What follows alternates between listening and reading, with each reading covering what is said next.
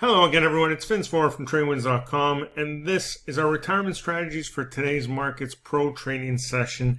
In today's session, I'm going to teach you how to take control of your own financial future and manage those retirement accounts completely on your own. It's a lot easier than you may think.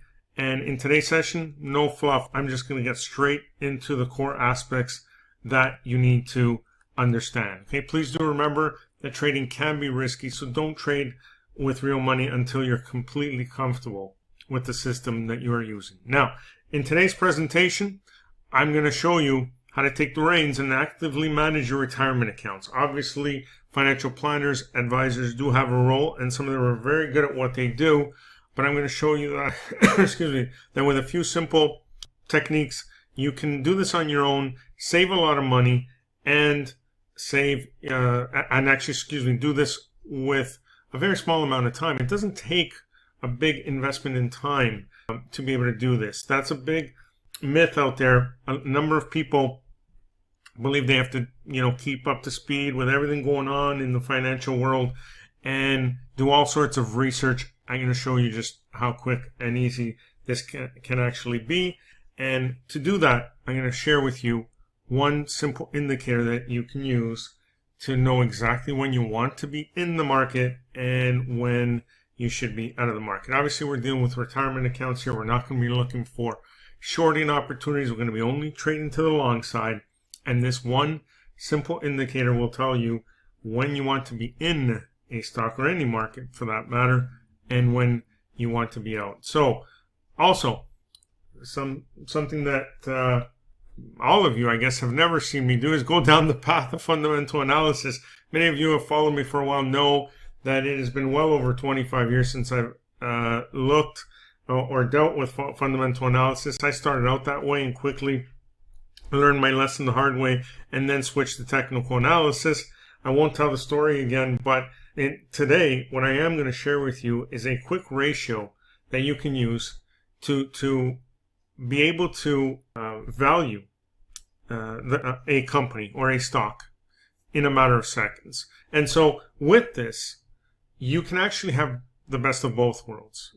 Select fundamentally strong companies as well as using those technical aspects that I teach you to pinpoint those entries and exit points. Okay, so the two go together nicely. I'll share that with you.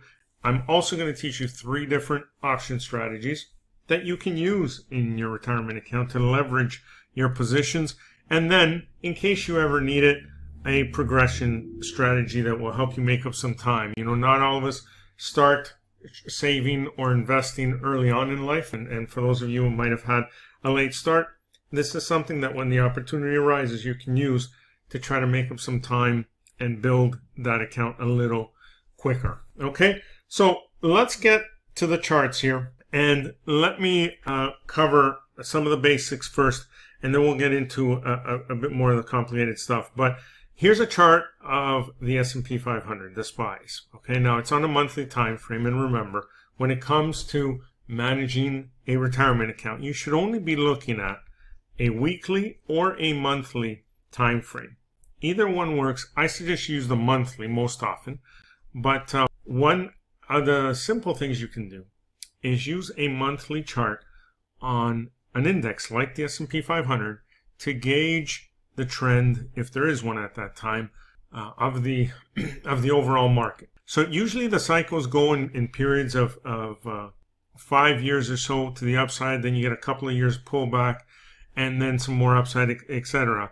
Here you can see that the S&P 500 was in a solid uptrend from 05 to about 08 before that crash. And it took a couple of years to work out that crash. And then we started moving to the upside again. And most recently, the most recent bull market was from 2012 here up until mid to late 2015 here. So it's a good gauge to understand what the overall market is doing. And then, be able to select stocks or other markets that will fall in line with that. By doing so and trading along with the overall trend, you're really stacking the odds in your favor and giving yourself a much higher probability of success. So that's something you should always do. Now, this is what you're seeing here. This is our veracity system, but it doesn't matter what system you use. And I'm actually going to show you a very simple method, just using a trend line and one indicator that you can use if you don't have a system to trade with already. So now let's talk about number one. What can you do in times like this? When should you be in the market? When should you be out of the market? Obviously, when things are trending strongly upward, you can pretty much select any stock. Now, with what we teach you today, you'll be able to pinpoint the right time to buy specific issues that will take advantage of these moves. But more importantly, what do you do during these times here when the market pulls back? Well, those are the times when you're not only scaling back, but most likely you're not going to be in equities at all. So obviously you want to diversify. We'll talk a bit about diversification. Normally a portfolio is made up of a certain percentage of equities and bonds, but you can also venture into commodities, forex, currencies, and even real estate in there. It's just a matter of the market that you're choosing. So these days there's ETFs out there on just about everything, every type of market, and REITs as well, real estate investment trusts that are traded just like stocks.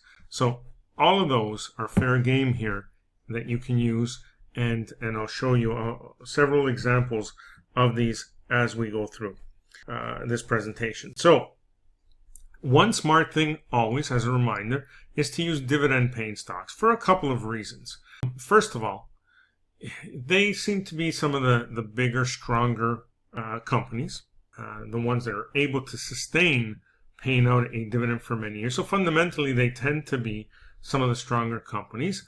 But also, while you're sitting there waiting for that stock to appreciate, you could be collecting dividends throughout that process. So you're multiplying those gains, so to speak. And if you're selecting the right time to be in those stocks, then you're benefiting both ways. And with the other option strategies I show you, you'll be able to add to that as well. Okay, so dividend stocks are fantastic, and obviously you want to look for a company that has a track record of paying dividends. Many of them out there have not only been paying dividends for 20, 25, 30, some 40 years, but they also have record of increasing their dividend every single year. And those are some of the best stocks that you can select. At the end of this, I'm going to put up a slide with a number of websites that you can use as a reference. One of them will be dividend.com. That is a great site for you to scan and locate some dividend paying stocks. Okay, so that's dividend.com. No affiliation with any of these websites that we share. They're just sites that I've used in the past, and I thought I'd pass them along, and I thought you might be able to benefit from it. Okay, so let's move on now. Getting back to diversification, obviously you want to diversify your account and not only have some equities but some bonds and maybe some REITs or exposure to other commodities and so on. But there will be times when you won't be in a specific market. So getting back to equities, imagine we have a nice bull market here and then things start breaking down. Well, what most people do is they will reduce the weighting on the equity side. Okay, but why would you reduce the weighting on the equity side rather than just get out of it completely? So a couple reasons. One, you could continue to hold on to some of those dividend paying stocks.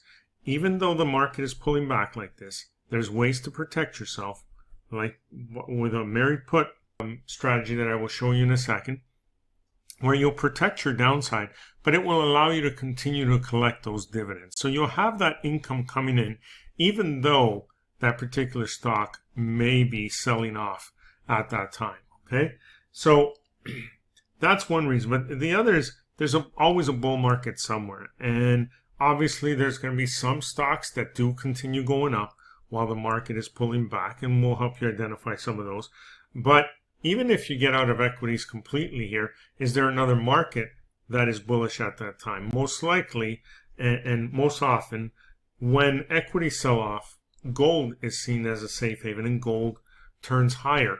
So it's always a great idea to shift from equities to something like gold when the time calls for it. Now, at the same time, you'll have a few other items. There's 4 key things that you should always look and try to have some exposure to. 1 is equities, 2 is gold, 3 is oil, and 4 are currencies. So, and there, with all the ETFs out there, a lot you can do with that. So now let's talk about the system you're going to be using. Obviously, if you have Veracity or a different system that you're using, you know exactly when to get in and when to get out of these markets. So if you don't, let me share with you something very, very simple. I'm going to add an indicator here known as the RSI, the Relative Strength Index. Now, many of you have seen me use that before with our other systems. I'm going to use a different setting on this one that works extremely well with the weekly and the monthly charts. Okay, if you go to your parameters here, now this is Metastock, but even if you're using a different software, just go into the settings and change the default setting of 14 to 34. The RSI 34, based on the close, works really well with the monthly chart. So I'm going to set that. Let me squeeze this down a little. And you can see just how nicely it mimics the overall price action of this chart. So what you see here, this blue line, is a line drawn right down the middle at the 50 level. Now, obviously, the RSI, or the Relative Strength Index, is usually used to identify extreme areas of overbought and oversold conditions. So normally, you will see a line drawn at the 70-80 level and another one at the 20 or 30 level down here. And when this line dips below that 20 or 30 level, then stocks are considered oversold and you're expecting some type of bounce. When that line crosses that 70 or 80 level, they're considered overbought and you're expecting a pullback. Well, all we really want to identify is that to try to pinpoint a time when it's right to get into the market. So in other words, when we make the shift from bearish to bullish. And so for that reason, it's best to remove those 2 lines and draw one right down the middle, down at the 50 level. In Metastock here, if you hover over the indicator and right click and go into the properties, we can do that by going to the horizontal lines tab, removing the 70 or 80 and adding the 50 line, okay? But you'll be able to make those adjustments in other softwares as well. So you can see here that back in early or mid 2003, the RSI moved from below to above that 50 line. And that's when the market started to climb. All right. Now, a little later on, our system identified or confirmed that it was time for that uptrend to get in. And there we go. But you can see the RSI here remained above that 50 line all the way through up. Okay. Now, if you're not using any particular system and you might be thinking it's great to have an entry point, well, what about the exit? You can use something like the parabolic SAR indicator, for example, very simple indicator that you can put on here. Let me throw that on the chart here for you just so everyone can see what I'm referring to. There it is. It's a widely used indicator on almost every single charting platform. And you can use, if you go to the parameters, make sure you have these settings, the 0.02 and the 0.2, okay? If it's not that, make sure it is. That's usually a default. Let's click OK. Actually, let's go to the color. We are going to use the dots, all right? And we're going to use, well, let's use the black dots here just so they stand out with the white background. Let's thicken them up a little and see what that looks like. There we go. So really all you're doing here is once the price action, or the RSI, excuse me, moves above that 50 line, there you'd be getting in, and these dots should be below your price action. Okay, once that stock or that market, whatever it is, dips below those dots, that would be your exit. Okay, when the dot appears at the top, that would be where you exit. When it appears at the bottom, that's when you would enter here and remain in there. Okay, now I'll show you an even easier way. Is you could just draw a trend line. Let me just get my trend line tool here. And for a trend line, all you want to do really is hit as many points as you can. So you take the low points here and you hit as many of these candles as you can.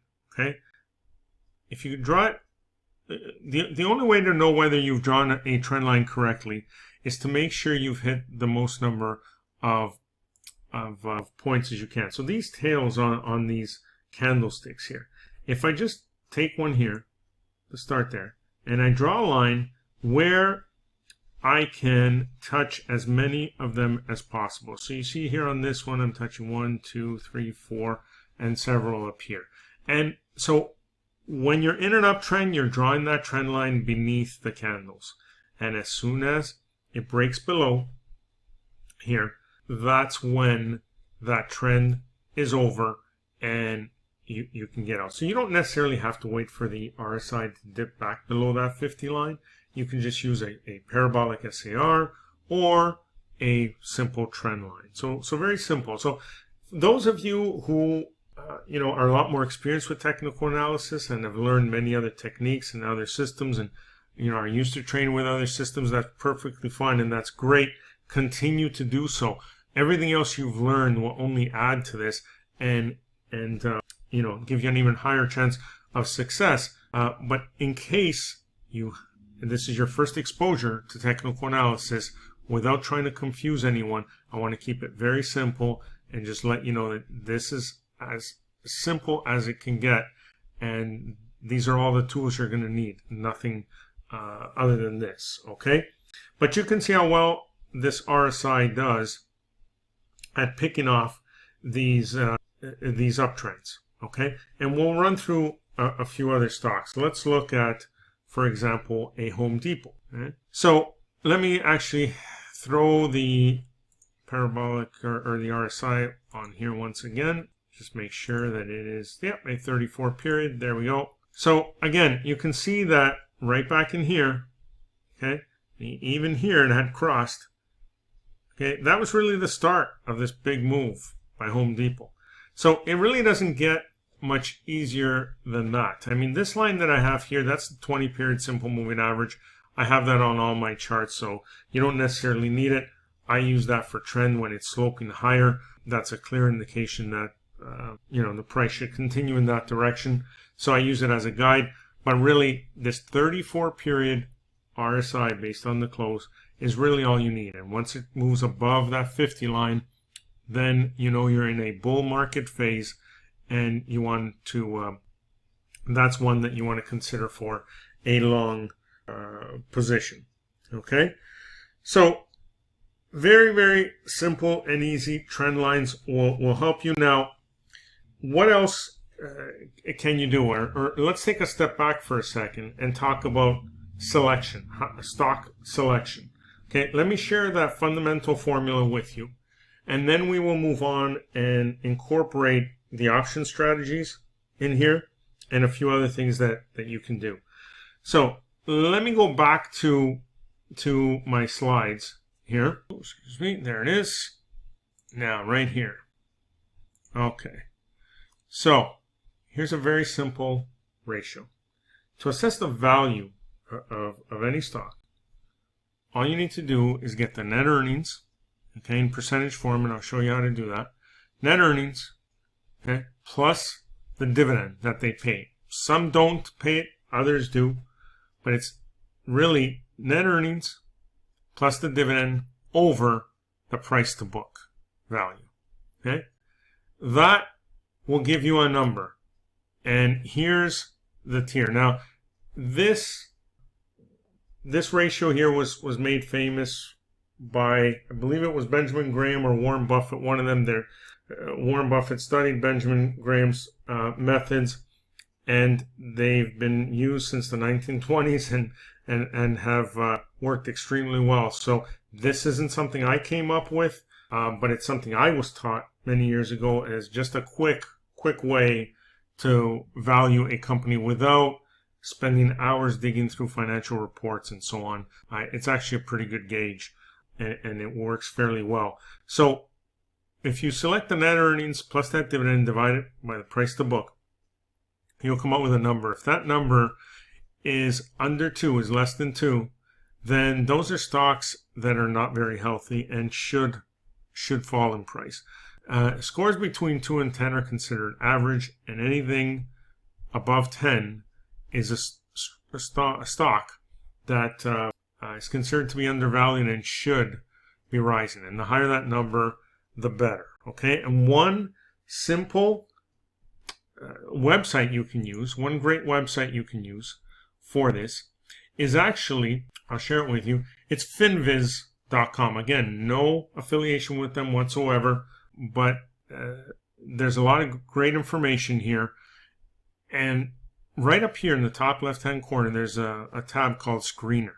If you click on the Screener tab here, now right in the middle here near the top, there's 4 tabs: Descriptive, Fundamental, Technical, and All. Click on All. That'll give you all the different items that you can screen with. Okay, now there's dozens here. You don't really need them all. To look at that formula, all you're really going to be looking for is the return on equity. Here, let's do this. Let's dissect the stock. Let's go to Home Depot, for example. Okay? Let's go back to Home Depot right here. Now, once you put that ticker in, it's going to give you a chart. And right in here are all the aspects that you can screen for the stock. But it's all the data for this particular company. So here we are, Home Depot. And right here, ROE, okay, return on equity. That's the figure that I use for those net earnings. So you take that 100.1, okay, figure, and you add it to the dividend. So you want the percentages. So the 100.1, and here on the very far left is dividend percentage, 2.15, okay? So really, what does that give us? 102.25, correct? Now, what was the other number we needed? We needed the price to book ratio. So let's have a look here, right here. P/B, price to book, and it's 25.25. So if we take that 102.25 number, which was the ROE plus the dividend, and divide it by the price to book, which is 25.25, that equals 4.05. Okay. Now remember our scale. Where does 4.05 fall in? Right here in the middle, average right now. So that doesn't mean they're not a great company. Okay. They can be a very, very good company. The thing is, you look how far it's risen, right?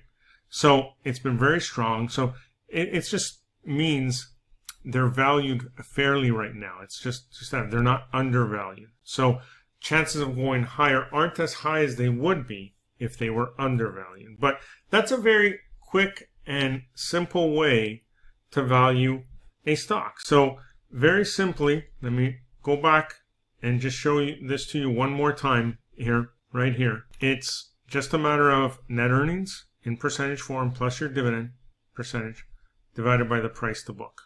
Okay? Under 2 is not a good thing. It means the stock should fall. Between 2 and 10 are average performers. Anything over 10, stock should rise. Okay?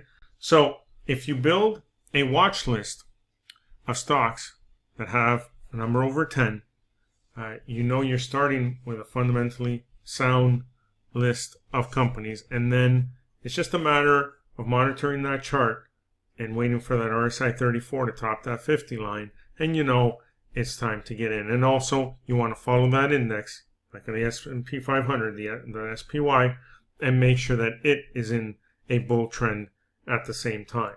Okay, very, very simple and easy to do. So another reference that you can use for that, if you don't want to go through this exercise, the Investors Business Daily newspaper, they also have a site and a service, the Investors Business Daily, which again, no affiliation to, but I have used from time to time. They do a great job of listing some of the top companies based on fundamental analysis. They have the what they call the IBD 50, which is the top 50 companies based on their formulas for valuing stocks. They have the IBD 100 as well as, I believe, the 300 now. So that's another thing. And their information is, their website is investors.com, investors with an S.com. Again, at the end of this, I'll put that up for you so you can see it.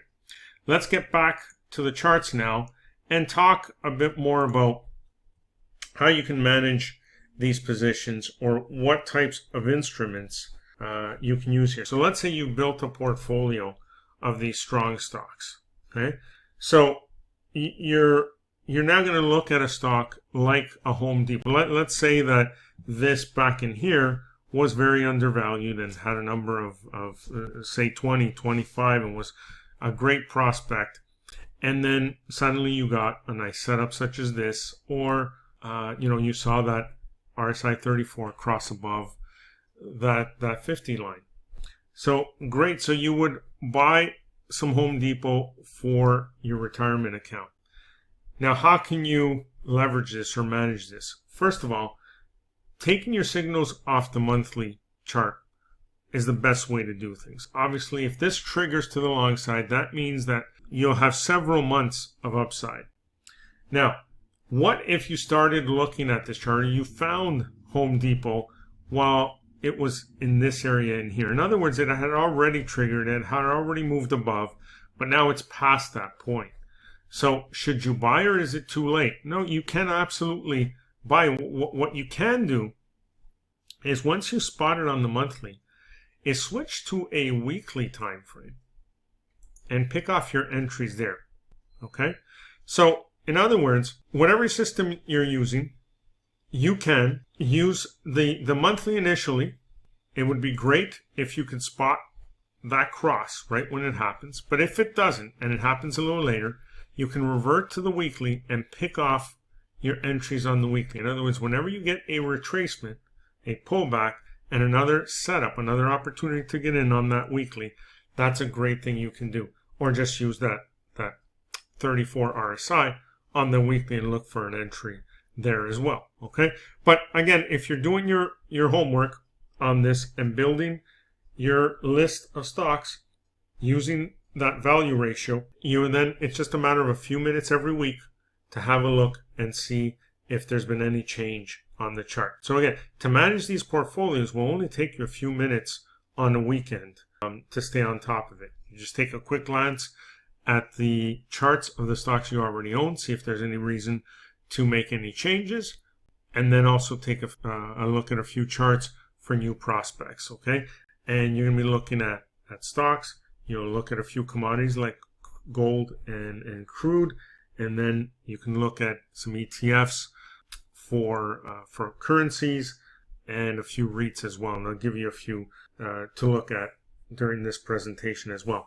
But let's talk about now how you can do this and protect yourself, because just buying a stock like Home Depot here, leaves you fully exposed. I mean, Home Depot right now is in the $126 range. So not a cheap stock by any means. So if you were to buy this, there's a lot of room obviously for this to move lower. And, how do you protect yourself? Well, one of the things you can do is to use a put option. Okay. Now, in a retirement account, you are allowed to buy in most accounts calls and puts, and even sell them as long as they're covered, considered covered positions, which I will explain in a moment. So let's talk about buying a stock along with a married put. Let me go to my Thinkorswim platform here and let's use the option chain. So let's go back and look at Home Depot, and let's go to the option chain. Now, when you're talking about having to set up on a monthly chart, you know that you're most likely going to be in that market for many, many months, okay? Potentially a few years. So you want to go further out with your expiration date. And you want to look at puts that are, as close to a year or two out. In this case, we can look at, the January 2017, or we can even look at the 2018. Okay, let's look at the 2018 for now. And obviously, if we're going to buy this $126 today, we look at the put side here. We want to protect our downside. What a put does, what a put contract does, is give us the right, but not the obligation, to sell a stock at a specific price on or before, anytime on or before a specific date. So if you look at this up in here, if we're choosing the January 2018 expiration, that gives us 574 days to expiration. So anytime between now and the third Friday in January of 2018, we can decide to exercise that put and sell this stock at whatever strike price we purchase. So the stock is at 126. Now let's say that we buy a strike price, at the market, very close to that. There's the 125 here. Now to do that, we would have to spend somewhere between $14.55 and $14.75. So let's call it $14.60. So if we purchase this, we'd be paying $126 for the stock. Plus, we'd be paying $14.60 for that option. And that option would give us the right to sell the stock anytime between now and January of 2018 at $125 a share. Okay. Now the total cost, the 126 plus the 1460 here, is $140.60.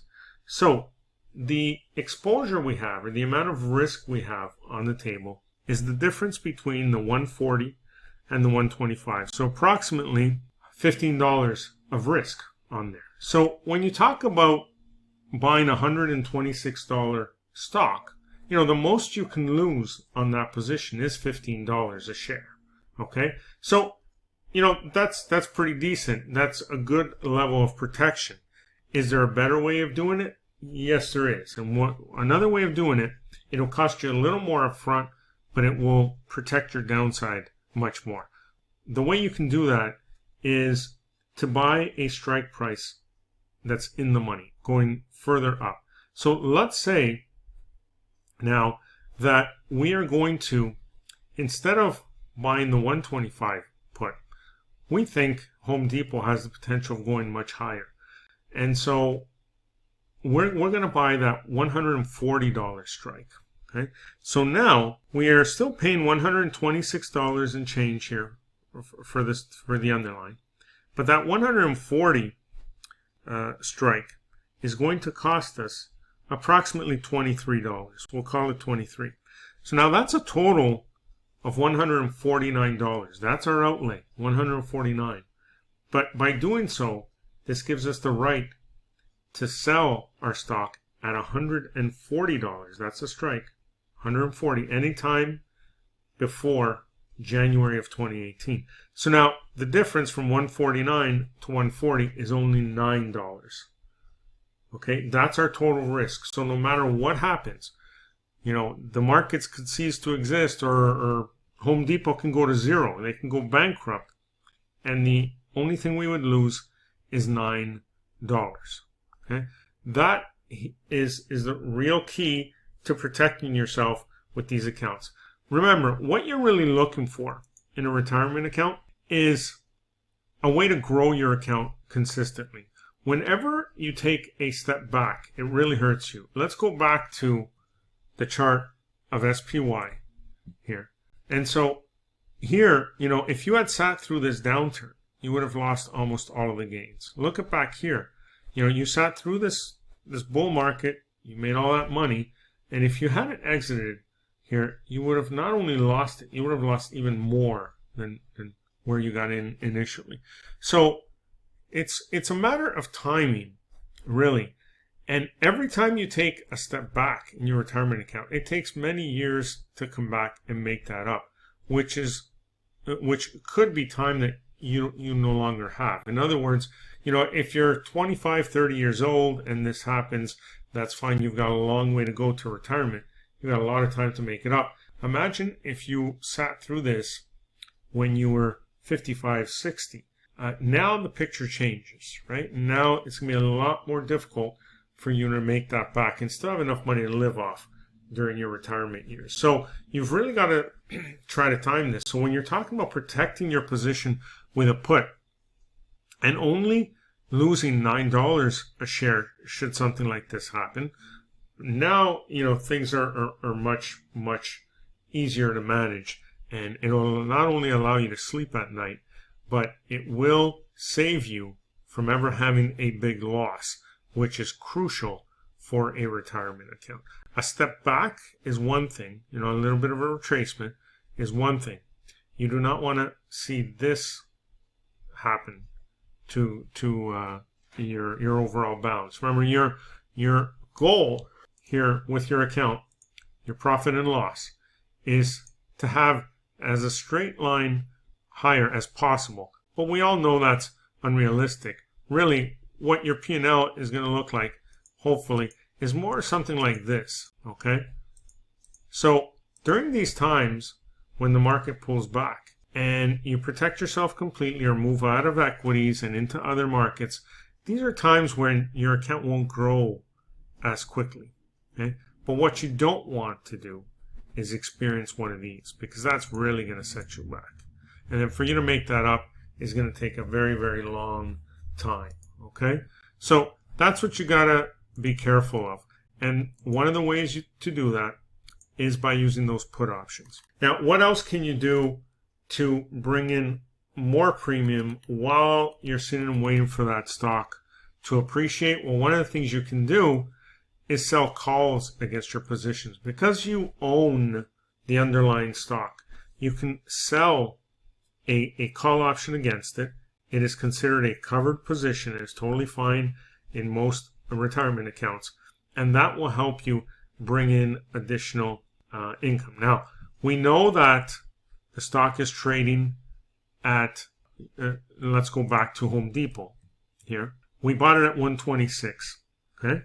Now, let's say that, we bought this, or the put at 140, okay? We want to look to sell a call at 140 or higher if we can and still make money. Now, because there's a lot of different expiration dates between today's date and the 2018, we can start with a date that expires a little sooner.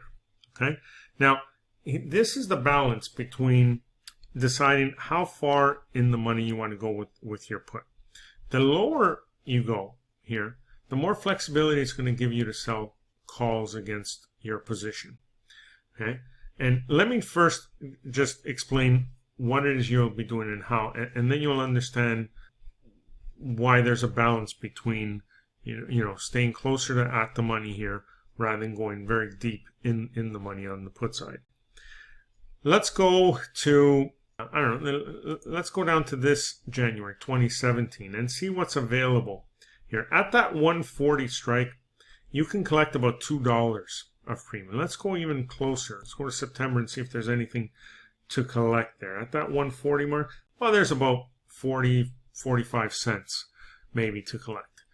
So, if you go further down, remember that 125 strike? Well, now look, on the September one, the 125, there's over $5 of premium.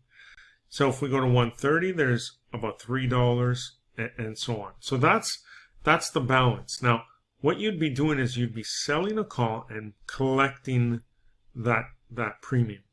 So if we own the shares at 126 and we sold the 130 call against it and collected $3, let's say here, okay, that would take our cost of these shares from 126 to 123 because we collected $3, correct? So our base cost is 123.